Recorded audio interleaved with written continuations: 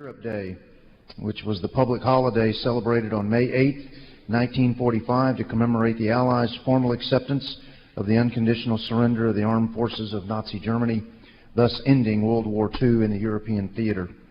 Therefore, it is fitting for us to recognize our honored guests today, these World War II veterans, representative of America's greatest generation. Please allow me to introduce them individually, if I may. Mr. Ray Perry is a native of Haskell County who enlisted in the U.S. Army Air Corps in 1942. You will notice that the last name Perry in Haskell County may be of significance to those of us in this body and in this capital. Mr. Perry flew 35 missions over war-torn Europe as a tail gunner on a B-17 and was honorably discharged at the end of the war, returning to Paint Creek, where he married his sweetheart Amelia, and they're the proud parents of Mila and Rick Perry, and his daughter Mila is his escort today. Mr. Jesse Farmer joined the Marines at age 17 with his mother's signature. He was stationed in Hawaii, the Marshall Islands, and then fought in the 5th wave of Iwo Jima. He was wounded during the attack when his arm was severed by shrapnel. He is joined by his newlywed wife, Janice Murray. Mr. Jack Puryear was a Navy reconnaissance photographer in the pre-invasion Pacific Theater. Ann Schneider is his escort. Mr. Wallace Lundgren was an Army Air Corps pilot who flew over 60 missions over Europe. Dr. John Jack Schneider was a proud member of the Navy Medical Corps. Mr. R.V. Burgeon served in the 1st Marine Division during the Pacific, where he fought at Okinawa, the Battle of New Britain Island, and was a platoon leader mortarman. He authored the book Island of the Damned and was featured in a recent miniseries, The Pacific. Mr. Marvin Cantor served in the Navy as a gunner in the Pacific, Atlantic, and during Okinawa during World War II, and his escort is Irene Cantor.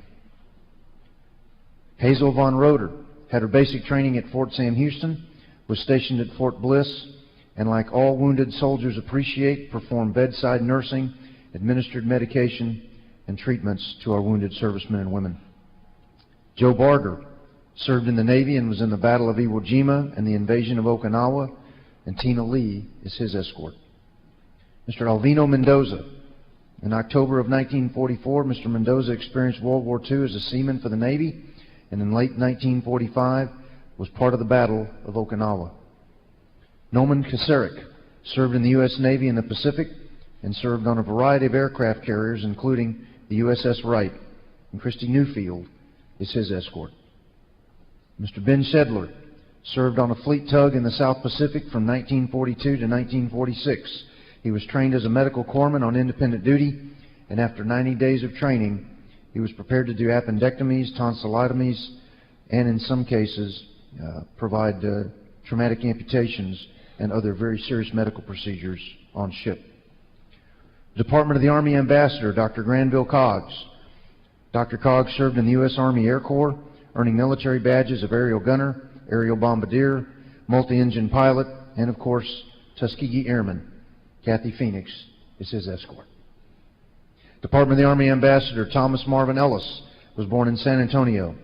Following basic training at Camp Lee, Virginia, home of the Quartermaster Corps, Mr. Ellis was transferred to the Army Air Corps. He was reassigned to the newly activated 301st Fighter Squadron, and he participated with the 301st and 332nd Fighter Group transfer to Tarantino, Italy, where he received 7 battle stars before his discharge as Sergeant Major of the Army, or Sergeant Major in the United States Army in September of 1945. Department of the Army Ambassador Warren Usan is a native of San Antonio. I hope I pronounced that correctly.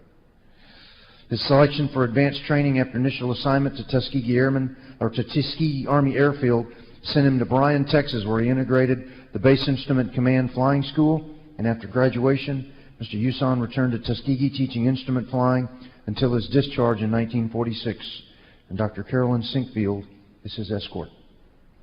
Department of the Army Ambassador Claude R. Platt, Jr. was born in Denison, Texas. He was sent to Tuskegee Institute in 1938. He became a part of the Tuskegee experiment and was among the group that wasn't washed out of the program. He became a flight instructor and trained over 300 Tuskegee airmen to fly. When the Army and Air Force became 2 separate units, Mr. Platt became the first African-American pilot the United States Air Force trained. His escort, Irma Bonner Platt, his wife, and then Inez Clark are his escorts. Staff Sergeant Homer Hogues was born in Navasota, Texas, and was drafted and sent to Shepherd Air Force Base for basic training and then sent to Japan for occupation duties. He was then assigned to the Tuskegee Air Group, and he gained specialized training on the P-47 Thunderbolt. And while in Ohio, Mr. Hogues was assigned to the famous 99th Fighter Squadron of the 332nd Fighter Group, and he was called Texas by his fellow airmen, and was proud to be a mechanic on airplanes with pilots such as Chappie James, who helped win World War II. Mr. Jim Smith entered the Navy when he was 17 and served as a destroyer escort, or on a destroyer escort, in the Pacific. And he's been married to his wife for 65 years. Mr. Joseph Cook served in the Navy and operated on a submarine chaser, what we now call fast attacks, in both the Atlantic and the Pacific theaters. Mr. Horace Johnson was in the Navy and served as part of the Seabees 3rd Battalion. He served throughout the Pacific. It was on a ship that was hit by a kamikaze pilot. And finally, Mr. Bill Pierce served in the United States Army, retiring as a lieutenant colonel, and throughout his career he served in Europe, Korea, and Vietnam, and is our veteran that represents all three of the major wars of this generation. Mr. President, I would yield to any of my members that wish to speak on the resolution. Chair recognizes Senator Uresti to speak on the resolution. Thank you, Mr. President. Members, good morning. It's an honor to stand here and join Senator Birdwell and my colleagues to honor all of the men and women that are here this morning. When I put on the uniform as a Marine when I was 18 a few years ago, I was so proud of that moment, and it wasn't because of what I had done, but it was because of those that had served before me that made it such an honor to wear that uniform in the Eagle, Globe, and Anchor for our Marines that are here. This morning, the pastors read or prayed that be proud of not what you have done for yourself, but proud of what you have done for others. So I know all of my colleagues join me this morning in telling all of you we're proud of what you have done for others, for our country, and I would submit to you for the rest of the world. I want to thank you for your sacrifice, for those of our comrades that are not here with us this morning but are here with us in spirit, but also for the sacrifices that your families have made. Because oftentimes we thank our veterans for their services, but we forget to thank, in most instances, the wives and the children that stayed behind. So it's an honor for me to stand here this morning. It's a privilege to be in your presence, and I salute each and every one of you. Thank you for your service. Thank you, Senator Birdwell. Thank you, Senator. Chair recognizes Senator Hinojosa to speak on the resolution. Thank you, Mr. President. I, too, want to thank you from the bottom of my heart for your service to our country, for your sacrifice that you yourself made and the sacrifice your families made. I will tell you that I never tire watching the military channel and see some of the old films of actual war footage of Okinawa, Air Force, Navy, what happened in Germany with the Nazi Germany. It's really amazing. For us, I'm always so impressed and so honored and so proud that generation after generation, we have American soldiers, men and women, who are willing to volunteer and stand up for our way of life and our country and our liberty. And so I want to thank you, and I'm so honored to share this Senate floor with you today, and thank you for your services. God bless all your families. Well said. The Chair recognizes Senator Lucio to speak on the resolution. Thank you, Mr. President. I too rise to recognize our special guests, and once again, let them know and let everyone in this chamber and in this state and country know how very fortunate we are to have men and women in uniform serving and protecting this country and representing this country in the very best way it can. I'm a member of the greatest generation. I'm very proud of that. My dad was a disabled American veteran, a veteran of foreign wars.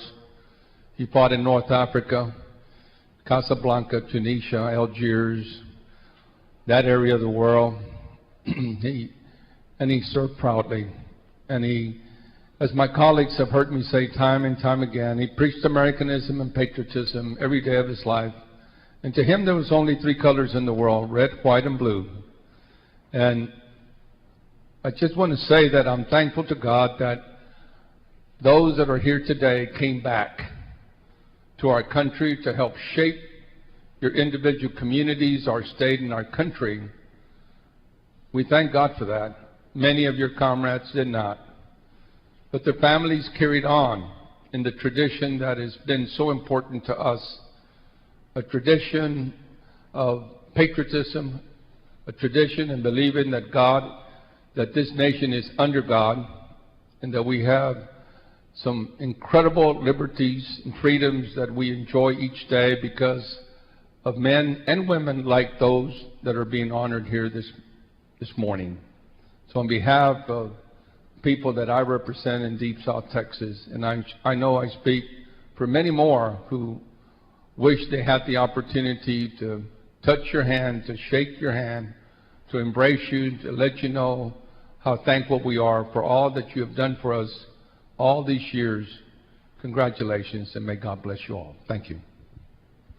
Thank you, Senator Lucio. The chair recognizes Senator Birdwell to close.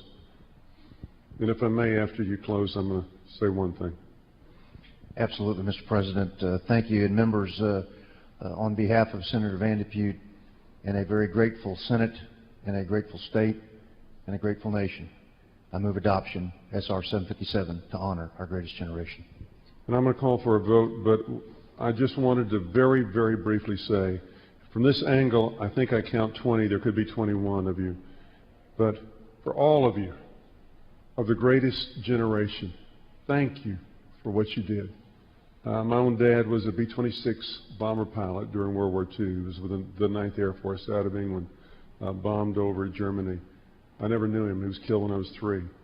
But you all are the reason that we have the freedoms that we have today.